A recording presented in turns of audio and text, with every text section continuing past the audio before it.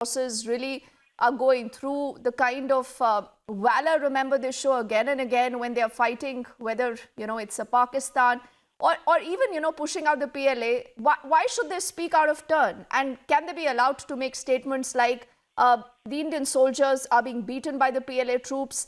Let's see if we have a Congress response at all to all those questions. But I thank you for your time, for speaking to us on Republic. I'm also told Major General Rajan Kochar also joining us on the broadcast, sir.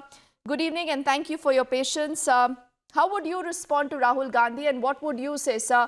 He says that the government of the day is sleeping and our forces are being beaten by the PLA. So first of all, I don't know from where he is getting this information, because I don't think he has been to Ladakh or the place of incident. I don't think he has been to Yangtze and he has met the troops. He has not even once taken his party delegation there. He's on a Bharat Yatra. But what about he going to Siachen and all these areas to see how our brave and valiant soldiers are defending the nation?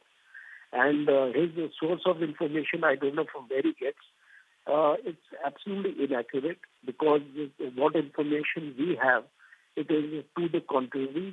We have crashed the Chinese. There are videos also to that effect showing these clashes, and he has no business to comment on what is happening on the LAC, because he has no locus standing to comment. At the most, he can raise an issue in Parliament. He can ask for a discussion on the latest situation. He can ask for comments of the government. But he has no business to talk about PLA and talk about the government's actions and all, because basically the Indian Army has a mandate. And the mandate of the Indian Army is to ensure the security of the nation, and the Indian Army is fulfilling that mandate without any doubt. And let me tell these political leaders that whatever statements we make, it will not have any effect on the morale of the Indian soldier, because the Indian soldier, he's been trained, he's been hardened, and he doesn't get affected by the statements of these political leaders.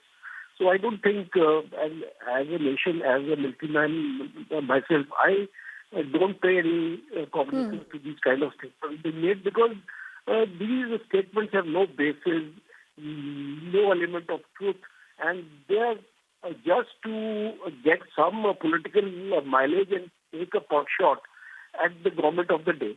So I think, in my personal opinion, But General Saab, with due respect, sir, are you not being charitable to Rahul Gandhi? I mean, at the end of the day, if you allow someone to make a comment like this again and again and again, so it becomes a pattern, it becomes a habit, exactly what is happening in the country.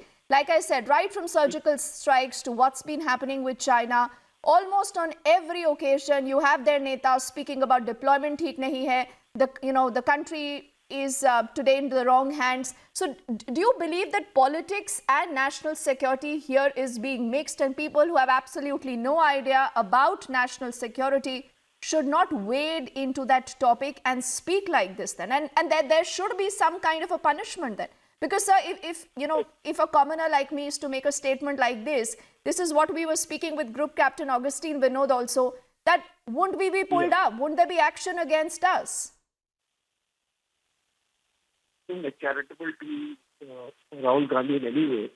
In my own polite manner, I have told what I feel about it. Yes, your point is extremely valid, that in issues of national security, we should not get politics. As a matter of fact, we should be united with the government of the day and stand by the government, because we have adversary on our head, and we as a nation internally have to be strong.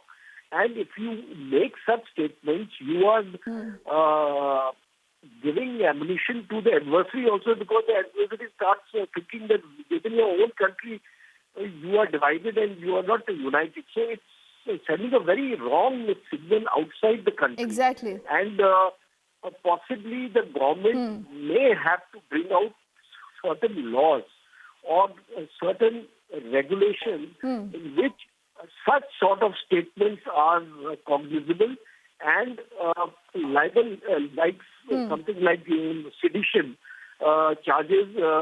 It is up to the government to decide what kind of legislation they want to bring in. Because if these people do not understand simple and common language, then they have to be dealt with in a different manner.